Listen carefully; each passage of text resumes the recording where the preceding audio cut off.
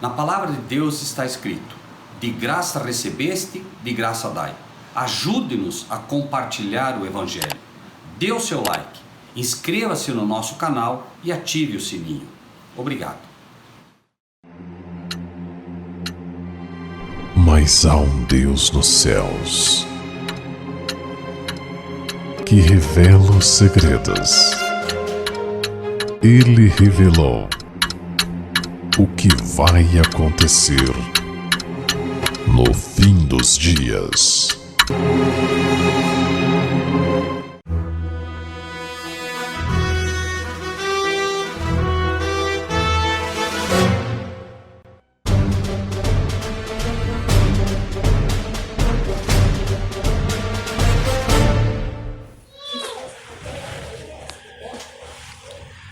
Nós temos estudado constantemente aqui o livro do Apocalipse, as profecias, e as pessoas me perguntam muitas vezes, mas, irmão Rogério, a Bíblia não foi adulterada?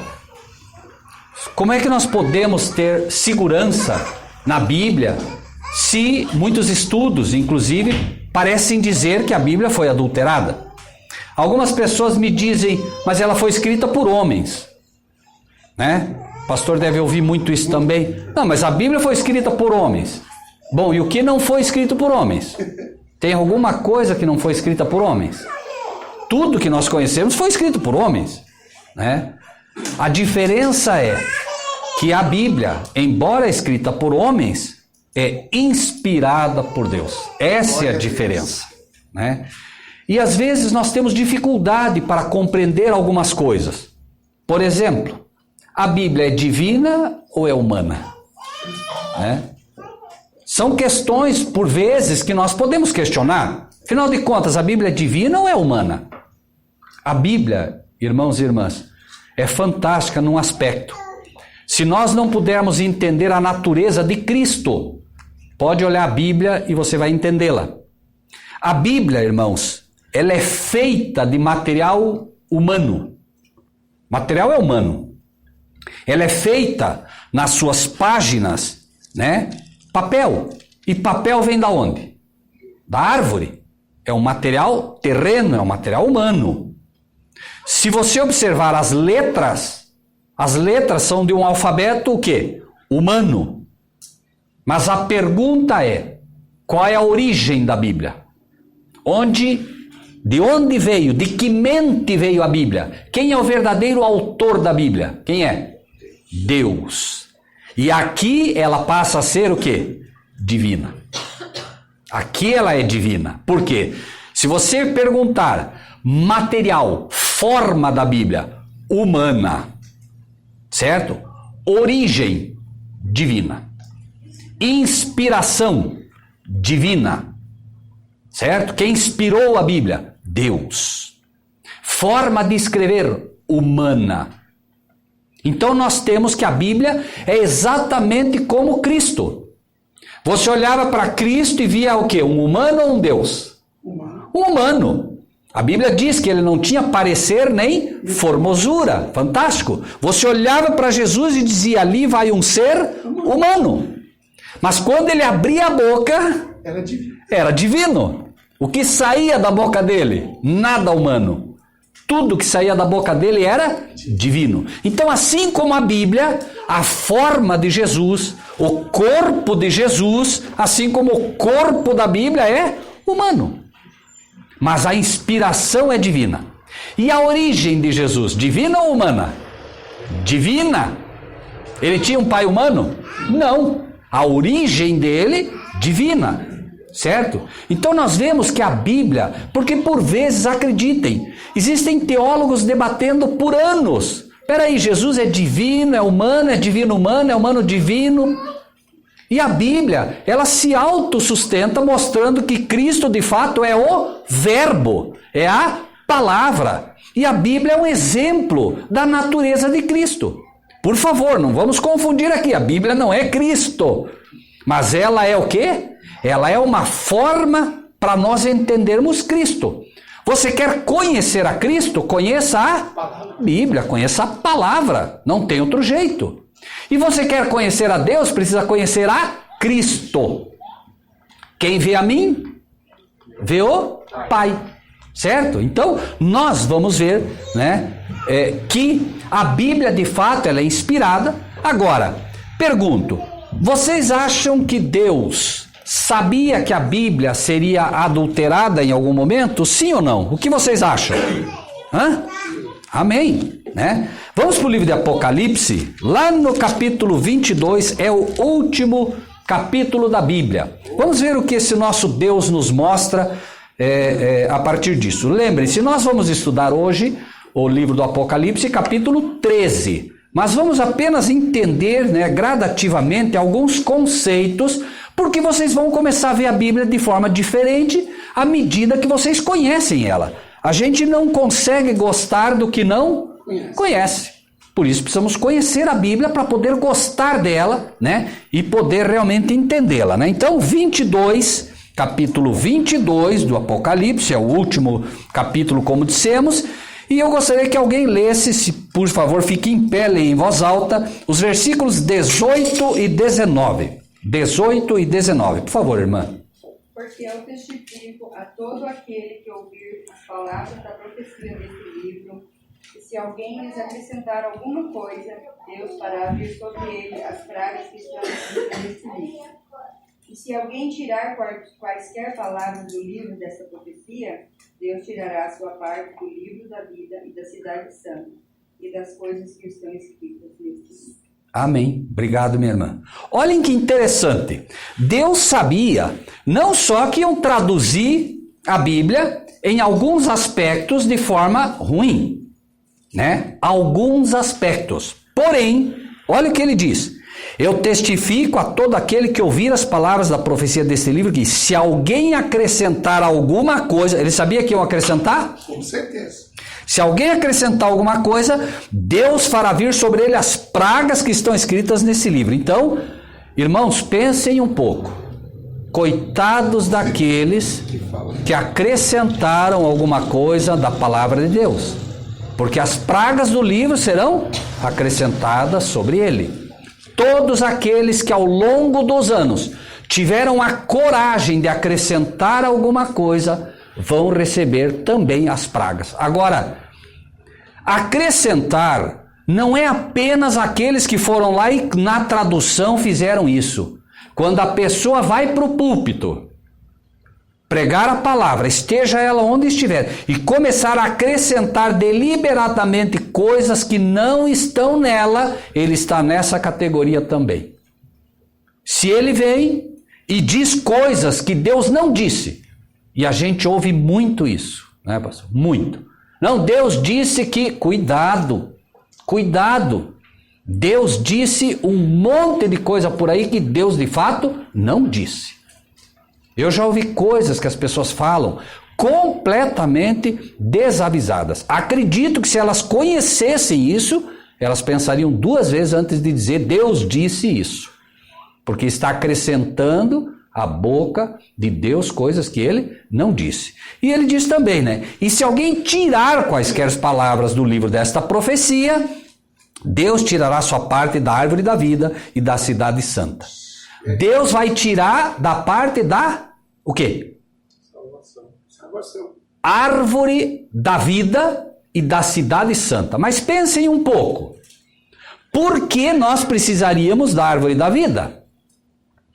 Quando Cristo vier, nós vamos ser revestidos de imortalidade. Por que nós precisaríamos da árvore da vida? Logo após Adão ter pecado, vocês lembram o que aconteceu? Adão peca, Deus imediatamente coloca querubins com espadas flamejantes no Éden para que eles não pudessem comer do fruto da árvore da vida. Sabem por quê?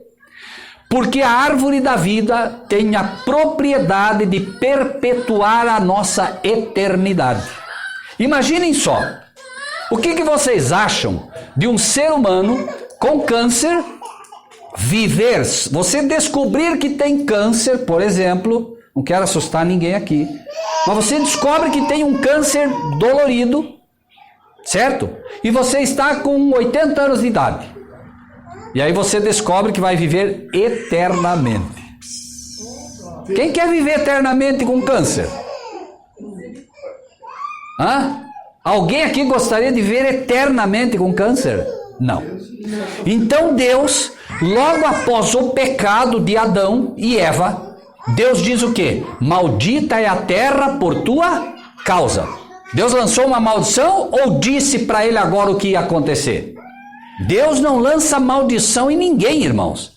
O que ele está dizendo é: a terra agora é maldita por minha causa? Não, por causa de ti.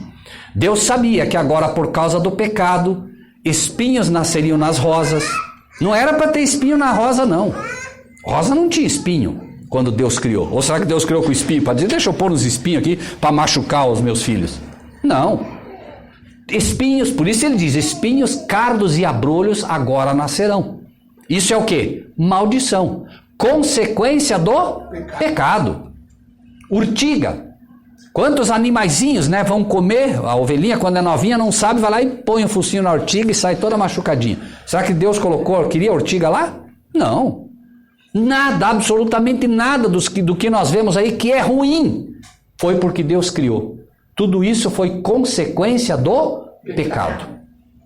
Agora, para que você entenda, e por isso que chega a ser assustador algumas coisas, mas Deus é tão bom, é tão perfeito, que ele diz assim: olha, quem colocar alguma coisa, eu vou acrescentar as pragas do livro. Como consequência, não é que ele vai jogar a praga em cima da pessoa. Consequência, Deus coloca um muro ao teu redor e diz assim: olha, não derrube nenhuma parte desse muro, porque se você derrubar, o diabo vai entrar.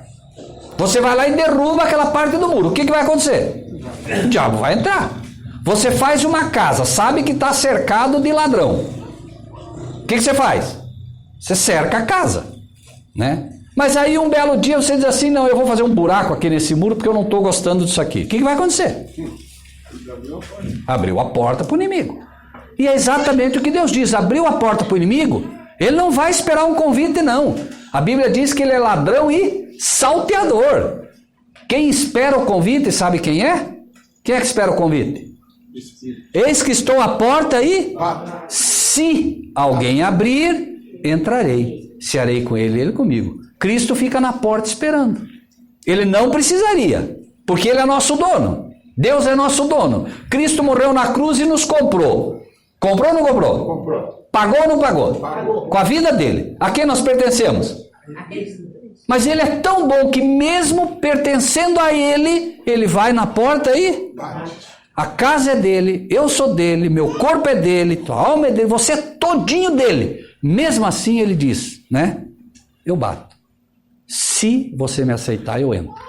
O diabo não bate, ele está só esperando. A hora que você der uma brecha, ele entra. É assim, ladrão e salteador. Vamos para o livro de Daniel, rapidinho. Por isso eu digo, e é aqui que eu disse, olha, não se assustem, tá? Porque nós precisamos também entender que Deus, esse mesmo Deus que sabia que iam mexer, você não precisa ter absolutamente nenhum medo em relação à palavra dele. Por quê? Acrescentaram, tiraram, mas não importa o que façam, Deus é um Deus que diz para o mar: até aqui você pode vir, daqui você não passa. Então Deus diz isso para aqueles que resolveram um dia mexer na Bíblia. Ó, até aqui você pode ir, daqui eu não deixo você passar. Então não há o menor perigo. Se alguém chegar um dia para você: mas a Bíblia foi adulterada, não me importa. Deus preservou a Bíblia de tal maneira que não importa o quanto o diabo tente mexer, quem quiser a salvação, quem realmente quiser conhecer a verdade, vai encontrá-la na palavra. Não precisa ter o menor medo. Deus empenha a sua palavra nisso. É Ele quem empenha, né? Livro de Daniel, capítulo 12. 12. É o último capítulo da Bíblia também. Último capítulo. Eu gostaria que alguém também, por favor, se levante e leia para nós o versículo 11. 12, Daniel 12, versículo 11.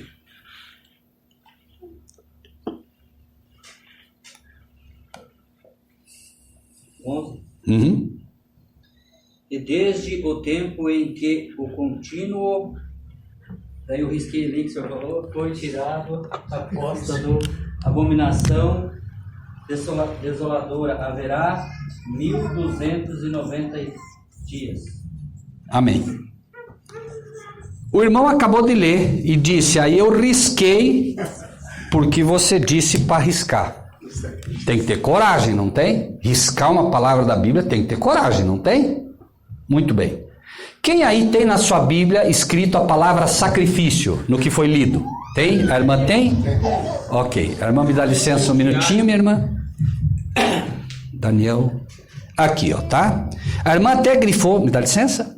A irmã até grifou em verde aqui, estão vendo? O que acontece com a palavrinha sacrifício ali, irmã? Veja que todo o texto tá com a letra retinha, tá vendo? Retinha. Quando chega a palavra sacrifício, o que tem? Ela fica tortinha ou inclinada. Sabem por quê? Porque o homem colocou essa palavra aí. Por isso eu disse, vejam, Deus disse que iam acrescentar ou não disse? Disse. Então quando você lê ali contínuo, o diabo usou homens para colocar a palavra sacrifício ali. Colocou em itálico, por quê? Ele não gostaria de pôr deitadinha, ele gostaria de enganar bem, mas Deus não permitiu. Não, você vai colocar, mas você vai colocar em itálico porque os meus servos vão descobrir que isso não é meu. É desafiador, não é? Você chegar em algum momento e dizer, não, tem que riscar. E tem que riscar por quê? Porque não pertence a Deus. Se o diabo colocou, ele colocou para te confundir. Então você tem que ter a coragem de dizer, aqui não, a mim você não engana. E risca mesmo, né? Na minha, né? Para mostrar, e eu sei que a Bíblia diz que aquele que tirar, então eu sei do perigo que corro também, né? Eu também, vocês podem ver, eu risquei mesmo. Risquei, porque diante de Deus eu estou extremamente seguro do que estou falando. Então eu não tenho medo, né? Quanto a isso, porque sei que Deus, né? Momento. Deus nos diz em sua palavra, inclusive, que Deus não fará nada sem antes revelar o seu segredo aos seus servos, os profetas. Deus revela para o seu povo, Deus revela para os seus servos, Deus revela para aqueles que querem, né? Inclusive o que o diabo anda fazendo, né? Para que a gente esteja seguro. E quando você vai estudar o livro de Daniel, e como é que... Agora, o mais interessante, irmãos e irmãs, é como é que a gente descobre que essa palavrinha não devia estar aí.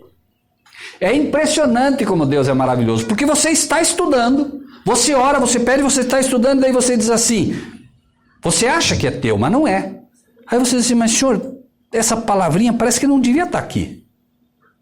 Parece que não devia estar aqui. O Espírito sabe como te mostra, olha, não está batendo isso aqui, não está com o resto, não está batendo isso aqui. E aí você vai estudar, senhor, será assim mesmo? Aí você vai estudar.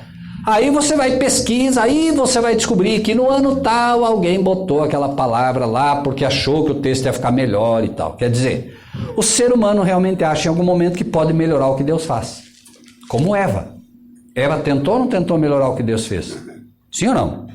Sim. Deus veio e disse assim, olha, se comer do fruto da árvore, certamente morrerás. Mas Deus disse o quê? Se você comer. Quando o diabo pergunta para Eva, ela diz, olha, Deus disse, né, que não podemos comer nem tocar. Se nós comer ou tocar, nós morremos. Deus nunca falou que não era para tocar. É óbvio que se Deus pede para você não comer, o ideal é que você nem toque. Mas se Deus não falou, não diga que ele falou, ainda que pareça que você está melhorando a coisa, porque isso só vai fazer confusão. Deus sabe o que faz e sabe o que fala, né? Apocalipse 13, então, a gente tendo em mente, né, essa questão, Apocalipse 13, né? Vocês lembram que na lição passada, o que a gente fez? Nós colocamos aqui Apocalipse 13, a partir do versículo 1, né? A partir do versículo 1, nós colocamos aqui o que significavam, né, os assuntos tratados, né? Como é que se entende o livro de Apocalipse? O livro do Apocalipse é um livro, como todos sabemos, simbólico, não em todo ele também tem literalidade. E a primeira coisa é, como é que eu sei o que é literal e o que é simbólico? Esse é o primeiro desafio no livro do Apocalipse. Eu leio, por exemplo, Deus dizendo, lá no mandamento, não farás para ti imagem de escultura. O que eu entendo com isso? O que eu entendo quando eu leio o mandamento de Deus que diz, não farás para ti imagem de escultura, não te prostrarás a ela, etc, etc, etc. Eu entendo o que disso? O que vocês entendem disso? Nós devemos amar somente a Deus. Tudo bem, mas não pode fazer uma imagenzinha? Não. Por quê? Porque ele está falando que não pode. Amém. Amém. Está falando que não é para fazer. Não é para fazer. Mas aí vem alguns e dizem, não, ele não está dizendo que não é para fazer. Ele está dizendo que aí quer ensinar Deus. Começa a querer ensinar Deus. Deus disse, não é para fazer, não é para fazer. Aí vem a desculpa, não, mas nós não adoramos, nós só veneramos. Ah, tá bom então. Ah, mas nós... E começam a desculpa. Quando a gente quer pecar, a gente arruma desculpa. Tudo pode. Quando a gente quer pecar, o preto vira branco. Né? Você está mostrando, você gostou dessa parede branca aí? Não, mas essa parede é preta. Porque ele quer pecar. Quando a pessoa escolhe o erro, não adianta. E muitas vezes nós ficamos insistindo. Nós queremos colocar goela abaixo da pessoa uma coisa. Não adianta perder tempo. Se o Espírito de Deus não tocou a pessoa para mostrar que aquilo é errado e ela não quer fazer o certo, é triste, mas é uma realidade. Como é que Jesus chamava as pessoas? Quem lembra? Vem e segue-me. Vem e segue-me. Ah, Senhor, eu vou amanhã. Tá bom, vou ficar aqui te esperando, insistindo. Não, vem e segue-me. Jesus continuava. Quem quer seguir, segue. Quem não quer, ele não vai ficar insistindo. Não vai levar ninguém na marra. Né? Muitas vezes nós ficamos insistindo, batendo, discutindo. Não adianta. Nosso papel. A pessoa não quer, né? Diz que não quer, mostrou que não quer. Só podemos fazer uma coisa por ela. Só orar. Orar. Para que Deus e os anjos preparem aquele solo. Você está jogando semente no cimento. Vai nascer? Não vai. Os anjos precisam agora preparar aquele solo. Quando aquele solo estiver pronto, a semente vai cair e vai fazer o quê? Vai brotar. Vai gerar fruto. Vai gerar um novo nascimento. Mas enquanto o solo não estiver pronto, não tem jeito, né? Bom, capítulo 13 de Apocalipse, versículo 1. Então nós vamos entender o Apocalipse, né? Quando ele é literal, quando ele fala de forma literal. Por exemplo, repetimos, não farás para ti imagem de escultura. É literal. Agora você olha e lê no Apocalipse, por exemplo... Eu vi uma mulher sentada sobre uma besta com 10 chifres e tal. Você já viu uma besta dessa? Um animal com 10 chifres, com 7 cabeças, você já viu? Foi no zoológico, viu? Viu ou não? Não. Então é óbvio que isso é o quê? Simbólico. Você nunca viu, né? Aí mostra inclusive a mulher sentada numa besta dessa, né? No meio da água. Você não viu isso? É uma simbologia. Sempre que fala de coisas antinaturais, é uma simbologia. E você não pode agora sair pregando que aquilo significa o que você leu. Você tem que o quê? Interpretar biblicamente. E aí é que vem a dificuldade. O que é literal, você aceita de forma literal. Tá bem? Literal. Leiam lá. Vamos lá. O que está escrito lá? Ó? O título em azul ali. O que diz ali? Como? Não, vocês precisam aprender a ler. Está escrito lá quadrado de oração. Ou não? Está escrito o quê? Círculo de oração. Não, é quadrado de oração. Vocês não aprenderam a ler. Como? Assim é que se faz. Está?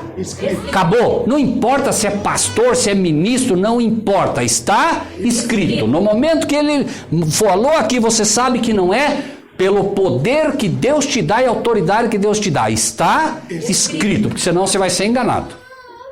A Bíblia diz que viriam poucos falsos profetas. Muitos falsos profetas. Então nós precisamos estar, né, exatamente assim, não pode ter medo de desafiar. Está escrito, não está escrito, não está. Né? Esse é o povo de Deus que vai se levantar com poder no final. Pessoas que têm a coragem de defender a palavra. Porque quem defende a palavra defende Cristo, meus irmãos. Prestem atenção nisso. Quem defende a palavra defende Cristo. Muita gente diz assim, eu tenho a verdade. Tem? Sim. Por que você tem a verdade? Porque eu aceitei a Cristo. Mas Cristo é a palavra. Se você tem Cristo, mas não tem a palavra, você também não tem Cristo. Ou não? Porque Cristo é a palavra. Agora, é claro, Deus não te obriga a conhecer toda a palavra. Eu não conheço toda a palavra, o pastor não conhece toda a palavra, nós aprendemos todos juntos. Mas o equilíbrio da palavra está nisso. Jesus foi lá e fez o quê? Tinha dois gadarenos endemoniados. Cristo foi lá e libertou os demônios deles. Libertou, né? Os demônios saíram. Agora eles disseram assim, Senhor, deixa nós te seguir. O que Jesus disse? Não. Vão e falem o que eu fiz por vocês. Eles conheciam toda a palavra? Nada. Mas uma coisa eles sabiam, que Cristo havia libertado eles dos demônios. Essa era a pregação deles. Deus não exigia deles que falassem o que eles não sabiam. Deus não exige de você que fale o que não sabe. Fale o que sabe e é suficiente. Certo? É suficiente. Deus vai te levar e vai te colocar diante de pessoas que não têm nada. O pouco que você acha que tem vai ser um banquete para ele. Glória a Deus. Conhecendo a palavra, nós não somos enganados, né? E só para que a gente entenda, porque existe muito disso, né? Deus dá autoridade aos seus servos para fazer muita coisa, mas Elias, né? Em Tiago 5,17, ali que é o que a irmã não citou o texto, mas, né? A irmã sabe do que se fala. Tiago 5,17 diz, Elias era homem sujeito às mesmas paixões que nós, e orando, né? Orou e não choveu por 3 anos e 6 meses, ou 1260 dias, né? Agora, pergunto, ele disse assim, Elias veio e disse assim, sabe de uma coisa? Eu vou fazer o seguinte, eu agora vou mandar parar de chover. Foi isso que ele fez? Não. Ele orou e Deus disse para ele, Deus é quem revela, olha, pastor, vai acontecer o seguinte, e eu quero que você vá lá e pregue. É Deus quem fala o que vai acontecer, não é você que manda. Né? A gente vê muito disso, né, Bruno? Não, eu ordeno isso, eu ordeno aquilo. Calma, cuidado. Se você tem certeza que Deus te falou, amém. Se não, o silêncio é eloquência. Porque tem muito profeta falando muita coisa por aí, a gente sabe que não é. Então, 3 anos e 6 meses, né, de Elias, é inclusive um exemplo que nós vemos no próprio Apocalipse 11, né, das testemunhas que estudamos, e é um fato. O profeta fala o que Deus mandou falar. Imagine se Elias ia determinar por ele próprio. Jesus disse, eu faço as obras do meu Pai. Peraí. Jesus fazia as obras de quem? Do Pai. Jesus não fazia obra por ele. Não, eu decidi que eu vou fazer. Nem Jesus, que podia, não fez absolutamente nada que o Pai não lhe ordenasse. Quando ele foi ressuscitar Lázaro, quem lembra? Pai, eu sei que tu me ouves, mas para que eles saibam... Ele levanta as mãos ao céu para mostrar que ele ia ressuscitar Lázaro, não por ele, mas pelo poder do Pai. É o Pai que faz as obras. Ele diz, o Pai faz as obras em mim.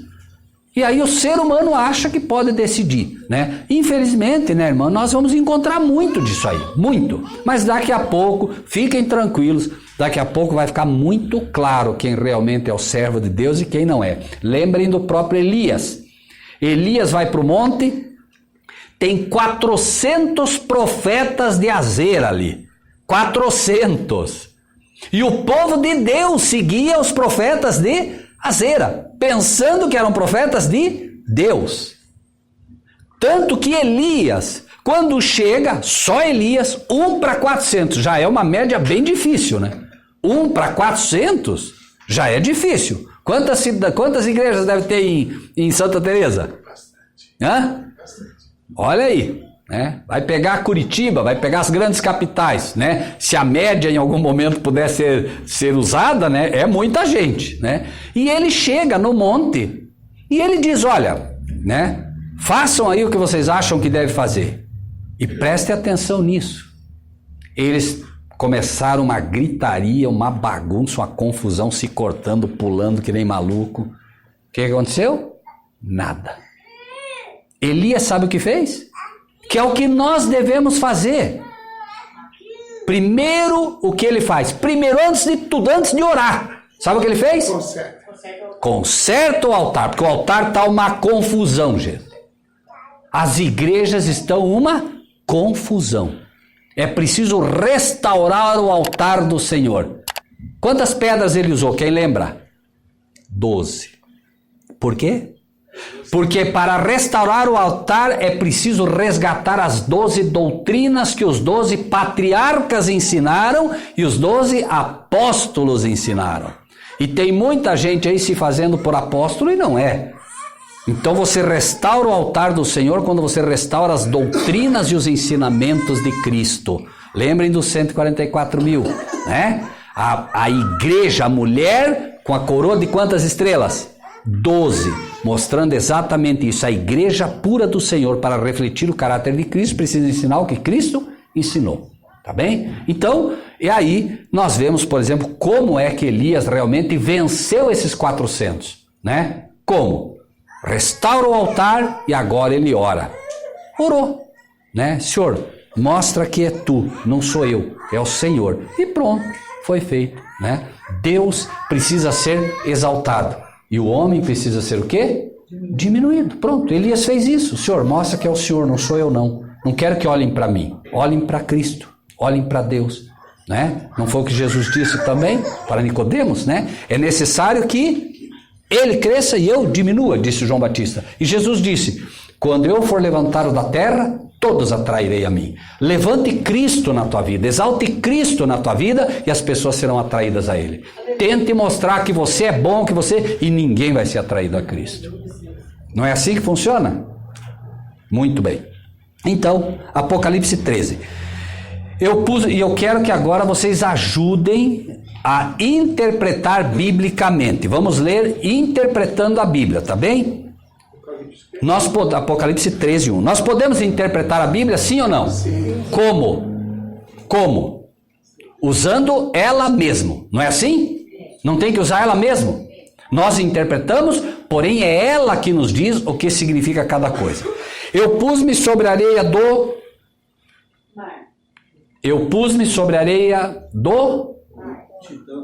multidões, nações, povos e língua. Mar, Apocalipse 17, 15. As águas que viste são nações, multidões, povos e línguas. Quem interpretou? Quem interpretou mar? A Bíblia. A própria Bíblia se auto-interpreta. Você lê um texto aqui figurado e lá na frente ela mostra o que significa. Mar significa o que então? O que? Multidões, povos, nações e línguas. Eu pus-me sobre a areia das multidões, povos, nações e línguas, e vi subir. O que é subir? Nascer, levantar-se. Levantar-se, então, no meio dos povos, o quê? Uma besta, que significa uma nação. Muito obrigado. Uma nação. E ela tinha sete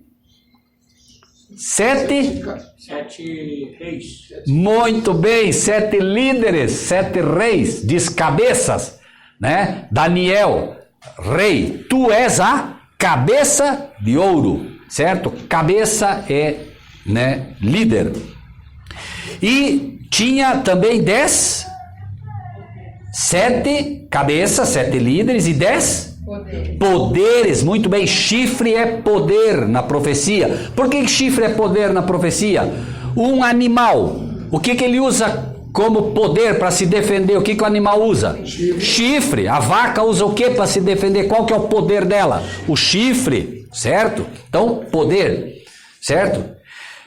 E sobre estes poderes, 10 coroas. Muito bem, algumas versões aí dizem diademas, né? Diademas. E sobre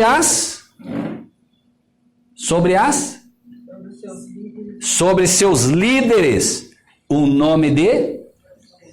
Qual é o pecado da blasfêmia? O homem considerar-se Deus. Vamos ler agora, interpretando então, para a gente ver como fica bonito, né? Eu pus-me sobre a areia, sobre uma quantidade muito grande de multidão, nação, povos e línguas, e vi subir do meio dessa multidão, povos e línguas, uma nação que tinha 7 líderes e 10 poderes, e sobre os poderes 10 coroas, e sobre os líderes um nome de pessoas que se dizem ser Deus. Deu para entender agora? Conseguiu entender dele? Veja que o Apocalipse agora ele começa a se auto-interpretar e começa a fazer sentido, ou não? Começa a fazer sentido. Deus está mostrando para os seus servos o que vai acontecer agora no fim do mundo. O fim do mundo, não se enganem, está próximo. A vinda de Jesus está próxima. E nós vemos pela própria profecia como está próximo. Vamos seguir agora. 2. E a nação que eu vi era semelhante ao leopardo, seus pés como de urso, sua boca como a de leão, e o dragão deu-lhe o seu poder e o seu trono e grande poderio. E vi uma de suas cabeças como ferida de morte, e a sua chaga mortal foi curada, e toda a terra se maravilhou após a besta. E adoraram o dragão que deu à besta o seu poder.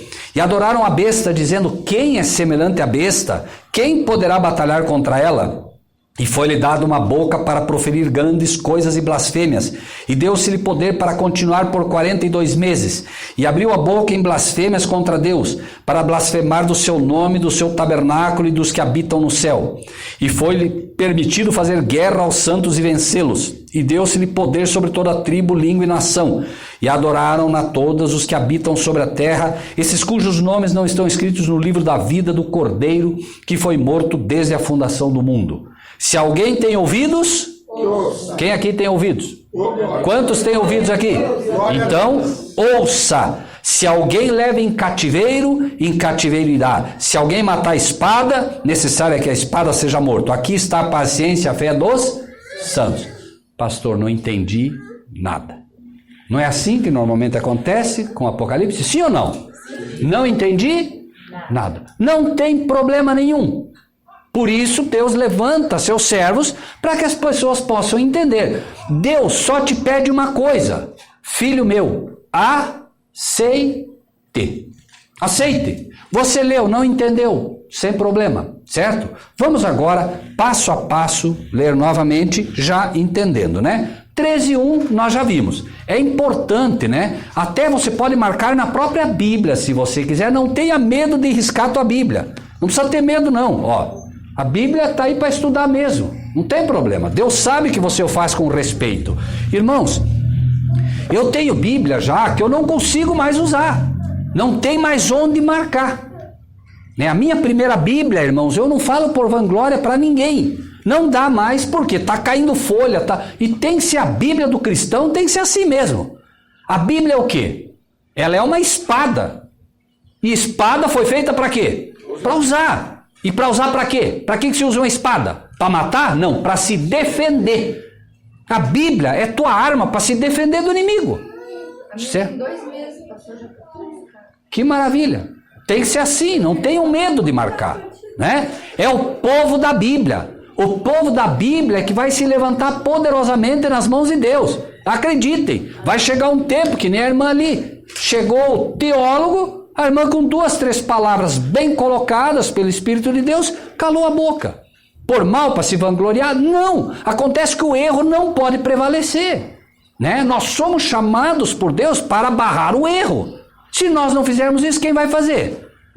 Né? E acreditem, daqui a pouco alguém vai olhar para aquela irmã ali e vai dizer: essa irmã aí, não se meta com ela, que essa irmã aí abre a Bíblia e ninguém aguenta ela. E tem que ser assim mesmo. Porque o que ele está dizendo sem querer é: essa irmã aí, quando puxa a espada, sai de perto, porque com ela é difícil. E é assim, né?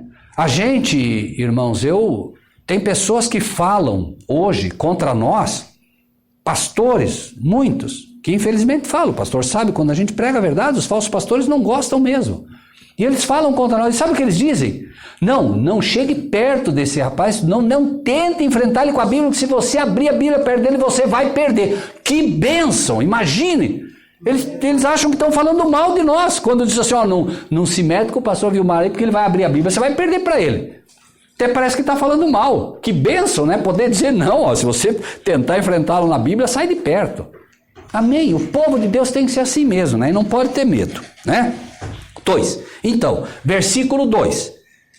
Me ajudem. E a nação que vi era semelhante a... Agora ficou difícil, né? Irmãos, a nação que eu vi era semelhante, me ajudem aí, ao Que mais? Seus pés como os de urso. Que mais? Boca de leão. Boca de? Leão. Que mais? Dragão lhe deu poder. Ok. A nação que eu vi era semelhante a... Eu não entendi o Apocalipse. Para onde Jesus me mandou? Para falar do fim do mundo. Senhor, que sinal haverá da tua vinda e do fim do mundo? Jesus disse, quando virdes, pois, abominação... Não precisa, irmã, não precisa. Pode deixar. Não precisa, né, pastor? Ouvem bem? Ouvem bem? E ele diz, né? Quando eles perguntam, Senhor, que sinal haverá da tua vinda e do fim do mundo? O que é dito ali? Quando virdes, pois, a abominação da desolação de que falou o profeta? Amém. Para onde eu tenho que ir, então, se eu não entendi isso? Daniel, porque o fim do mundo está relatado em Daniel. Alguém me ajude em Daniel capítulo 7, por favor. Daniel capítulo 7. Daniel 7. Quem achar, por favor, leia.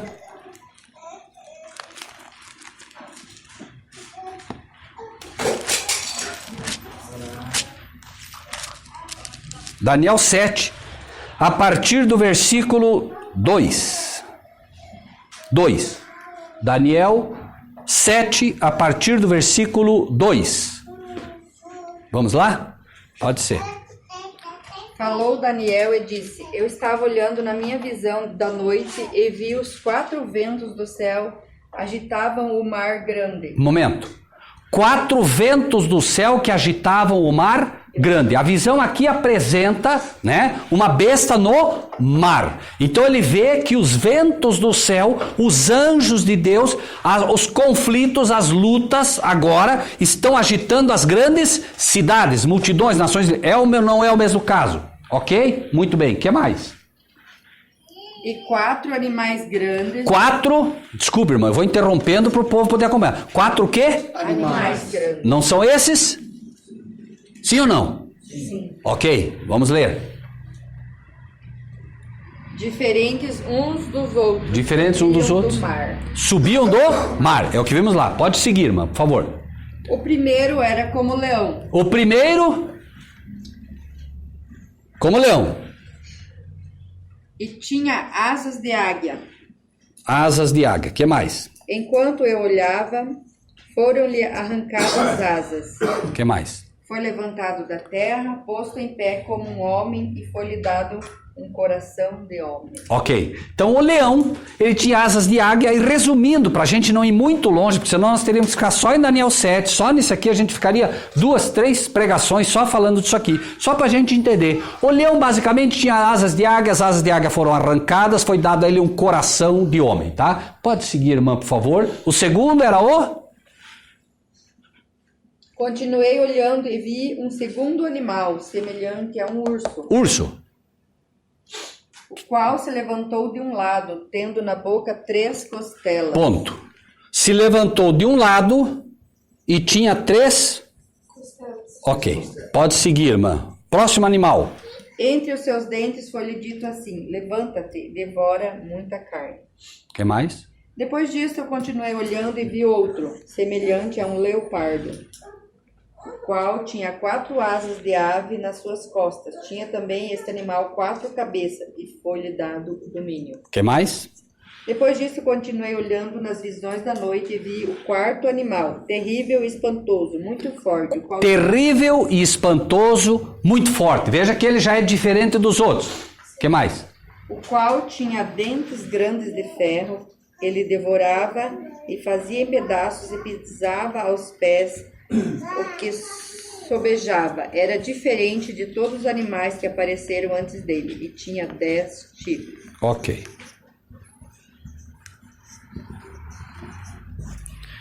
Apocalipse 13, então, tá?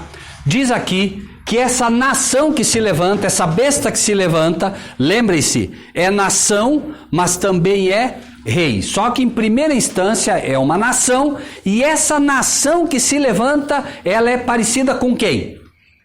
Com quem ela é parecida? Apocalipse 13. Com quem ela é parecida? A besta que viera semelhante ao Leiam, por favor. Leiam. Vamos ler para a gente aprender. O que diz ali? Apocalipse 13, versículo 2. A besta que via era semelhante ao leopardo. Então ele diz que essa nação que já existe, certo? Essa nação já existe. Ela é semelhante ao leopardo, ela já existe, mas ela, na característica final, daqui a pouco ela vai revelar essas características aqui, ó. Essa nação, essa besta que sobe da multidão dos povos e línguas. O leopardo tinha 4 asas e 4 cabeças. O leopardo simboliza vou pôr número aqui para não errar, tá bom? O leopardo simboliza a Grécia. A Grécia tinha como pecado, o grande pecado dela, porque essa nação, ela vai trazer todos os pecados das nações anteriores, tá? Essa nação, ela tem, em primeiro lugar, que ela é semelhante à Grécia. A Grécia tinha Alexandre o Grande como seu líder, certo? Ela teve, veja que diz 4 asas, 4 cabeças e tinha domínio. Então, ponto número 1, essa nação vai ter o quê? Domínio. Ela vai dominar o mundo. É ela quem vai mandar no mundo. Não se enganem. Os Estados Unidos da América. A China está crescendo. Deus não erra. É essa nação que manda no mundo e acabou. Ela é semelhante à Grécia. Ela tem domínio. Por que Grécia? Porque 4 asas e 4 cabeças. O leopardo não só era rápido, mas ele tinha 4 asas de águia. Ele não só era rápido, ele voava e voava para cima. Essa nação, ela vai tentar exaltar-se sobre Deus. O seu voo é em direção ao trono do céu. Quem fez isso? Voarei mais alto que todas as estrelas. Quem foi? O diabo. Né? Muito bem, só que claro, ele tem 4 cabeças. É só olhar a história da Grécia. Alexandre o Grande cai e no lugar dele levanta-se Cassandro, Lisímaco, Ptolomeu e Seleuco, os 4 generais da Grécia. Por isso não tem erro, certo? Essa nação aqui não é a Grécia, ela é semelhante, para que a gente entenda o que a Grécia fez, que é o que ela vai fazer. Ela se levanta no espírito da Grécia. O que mais? Ela também é semelhante ou tem os pés de urso. O que é? O que dela que é de urso? O que? Pés. Pés fazem o quê? O que os pés fazem? Pisam. Os pés pisam. A Medo-Pérsia, veja que diz um lado, subiu de um lado e tinha 3 costelas. Por quê? Porque era a Medo-Pérsia. O urso se levantou por um lado, né? O primeiro lado que levantou foi a Pérsia, mas os medos e persas formaram essa nação. Um lado, por quê? Porque no começo a Pérsia era mais forte, mas depois os medos ficaram mais fortes. Começou com Artaxerxes ou Ciro, que era o primeiro, e terminou com um rei da Medo, dos medos, tá?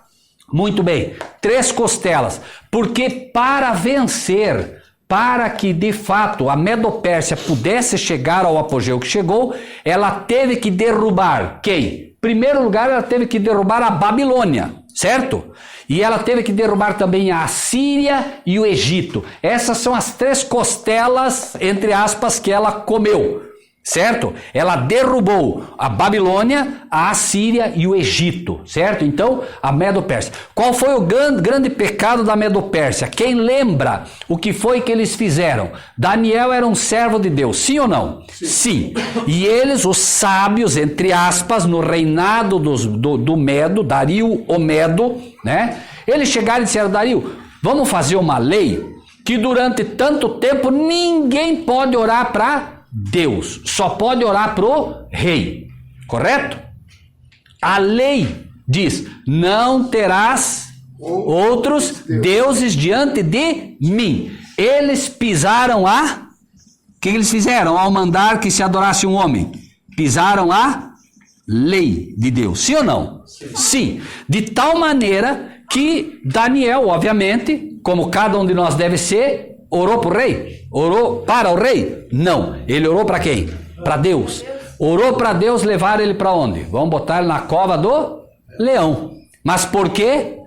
Porque ele ousou, entre aspas, ficar firme ao lado de Deus e ao lado da lei. Mas esta nação que vem agora vai desafiar a lei de Deus. Vai querer adoração para si, mas mais do que isso, vai criar uma lei que vai te obrigar a transgredir a lei de Deus, ok? Por isso ele tem os pés de urso, porque essa nação vai fazer o que com a lei de Deus? Pisar. É difícil de entender? Não. Né? Pode ser difícil interpretar no primeiro momento, mas depois que você vê que é coerente. A Bíblia é fantástica, ela te mostra tudo, né? Não tem como errar. Mas ela também era parecida com o leão, asas de águia, né? Então, o que o rei fez? Quem lembra? Nabucodonosor criou uma estátua. Mandou fazer uma estátua e pediu adoração a si. Então, esta nação também tem boca de leão. Ela vai decretar também uma lei obrigando você a adorar. Obrigando a adorar o homem. Ok? E finalmente, leiam o último versículo, que esse é importante ler. Leiam ali. Semelhante ao leopardo, o que mais? Leiam, por favor. Vamos marcar bem isso aqui. É importante que a gente entenda bem isso. O que diz lá? A besta que viera semelhante ao leopardo, seus pés como de urso, né? O que mais? Como de leão. E o que mais? E o dragão deu-lhe o seu poder. Muito bem. O seu trono. E grande? Poderio. Espera aí então. Essa nação, ela vai ter domínio mundial, ela vai se exaltar contra Deus, ela vai pisar a lei de Deus, ela vai decretar uma lei que você é obrigado a adorar eles, certo? Ao seu líder. E o que mais? E quem que vai dar poder para ela? Satanás. O dragão. O dragão, que é quem? Satanás. Então não se assuste. Nós vamos enfrentar todas as grandes nações do mundo, todas elas, unidas à besta que sobe do mar e à besta que sobe da terra. A besta que sobe do mar vem com a maldade da Grécia, da Medopérsia, de Babilônia e do diabo junto. É pouco? Só que tem uma coisa fantástica nisso tudo. Eles vão combater contra quem? Contra quem? Amém? Combaterão contra o Cordeiro, diz a Bíblia. Mas o Cordeiro vai perder a batalha. Cordeiro nunca perdeu uma batalha, não será essa que ele vai perder. Aos olhos do homem, Davi venceu Golias. Agora imaginem Davi, 2 vezes menor do que era, e Golias 10 vezes maior do que era. Já foi uma luta e tanto aquela. Qualquer um apostaria em quem? Em quem? Agora pense por um momento. De um lado nós temos um cordeiro. Pense num cordeiro. Nem é um cordeiro adulto, né, na sua maioridade plena. É um cordeiro que está entrando na fase adulta. Certo? 34 quilos. E ele vai lutar contra um? Quem vence? A fé é a firme convicção das coisas que se esperam, a certeza daquilo que não se vê. Porque se olhar o dragão e o cordeiro, vai dizer, não, o dragão vence. Não é para olhar, é para andar pela fé. Vai vencer o cordeiro, não importa o que digam. Aí eles vão olhar e vão olhar um grupinho desse, diz esse grupinho aí. Santa Teresa tem, sei lá, 15 mil, 20 mil habitantes. Contra 30, 40, 50, 100, eu não sei. Né? Mas vai ser muito pouco. Qualquer um que olhe vai dizer, já perderam. Mas Deus vai dizer, venceram. Porque tem o cordeiro, pronto. A questão não é uma luta entre homens. A nossa luta não é contra, mas contra Amém. Contra os principados e potestades nas regiões celestiais. A briga nem é aqui no final, a briga é lá. É lá. Quando Cristo se levanta e diz, agora eu vou entrar na briga. Acabou. Pronto. A briga é lá. O diabo vai lá e diz assim, não, eu vou derrubar a irmã, vou derrubar aquele povinho de Santa Teresa, eu vou derrubar um por um. Diz, não, você está enganado, a briga é comigo, não é com eles. Amém? Amém. Então, até aqui está tudo bem? Sim. Tranquilo? Nós já estamos encerrando, tá? E aqui nós temos que devagar mesmo, porque Apocalipse 13, se não entender, nós não vamos entender o que vai acontecer, né? Então, vi uma de suas cabeças como ferida de morte, e a sua chaga mortal foi curada, e toda a terra se maravilhou após a besta. Me ajudem lá, vamos lá, leiam para mim, por favor, me ajudem. Leiam de novo para mim, devagarinho. Vi uma de suas cabeças. Vi uma de suas Cabeças. Não. Vi um dos seus líderes. E um dos seus líderes teve o quê? Ferido de morte. Ferido de morte. Mas o que aconteceu? E a sua chaga mortal foi curada. Peraí, um líder recebeu uma ferida de morte, mas a chaga foi curada. E depois que ele foi curado, o que aconteceu? Toda a terra se maravilhou seguindo a besta, ou a nação. Quem quer arriscar? Quem quer arriscar? Um líder que recebeu uma ferida de morte, ficou entre a vida e a morte, mas foi curado e depois a terra inteira adorou ele. Quem é? Pronto. Tá respondido. Por quê? Porque isso é história. É história. O que é a profecia? A profecia é história contada por Deus antes que ela aconteça, só isso. Aí o diabo diz assim, não, eu não vou deixar ninguém ferir o Papa para a profecia não se cumprir. Não adianta, ele não consegue. Deus falou que vai acontecer.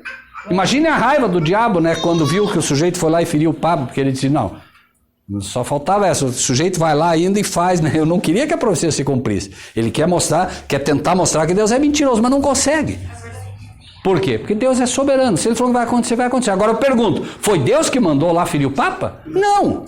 É que ele conhece a história. Ele conta a história antes que ela aconteça. Isso é profecia. A história contada por Deus antes que ela aconteça. É só isso. E Deus não erra. Vamos ler de novo, por favor. Leiam de novo isso aí. Com isso a gente encerra. O que diz? E vi uma de suas cabeças... Não. E vi um dos seus líderes. Vi um dos seus líderes. Líderes do quê? Líder do quê? Desta cidade, dessa besta, dessa nação. Vi um dos líderes dessa nação. Que nação que estamos falando? Não. Ah, muito bem. Vaticano. O Papa é o rei do Vaticano, irmãos. Está em Roma, não se discute. Então não está errado falar Roma, mas é líder do Vaticano. Não esqueçam, vejam bem.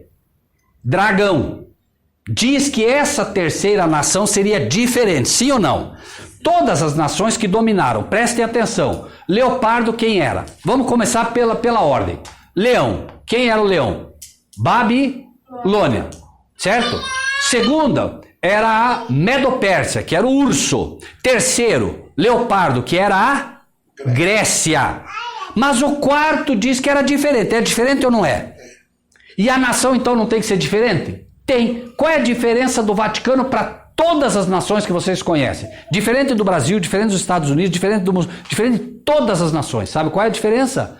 É que o Vaticano é uma nação que tem um poder, o quê? Religioso e também civil. Essa é a diferença. O Brasil é uma nação civil. Agora você diria, não, mas é um país católico. Não, mas é uma nação civil. Tanto que se diz que o Estado é laico, não é isso? Mas o Vaticano é regido pela religião. Tanto que o Vaticano é dominado pelo quê? Pelo catolicismo. Aqui só tem católico? Não. Aqui tem católico, tem espírita, né? Tem evangélico, tem pentecostal, tem uma raça de pessoas que podemos chamar de religiosos. Mas no Vaticano só tem o quê? catolicismo. Só catolicismo. É uma nação diferente porque ela alia o poder civil ao poder religioso. Nisso ela é diferente de todas as outras que você possa conhecer. O poder religioso nas outras nações não domina o governo, não domina o Estado. Aqui é diferente. Quem manda é o poder religioso. Tá bem? Gente, eu sei que é muita informação, né? Mas nós temos, infelizmente, que varrer o Apocalipse e a gente tem que ir devagarinho. Deus abençoe a todos vocês. Muito obrigado pela paciência. Na palavra de Deus está escrito que nós devemos compartilhar o que recebemos. Assim, se você gostou desse vídeo, dê o seu like, inscreva-se no nosso canal e ative o sininho.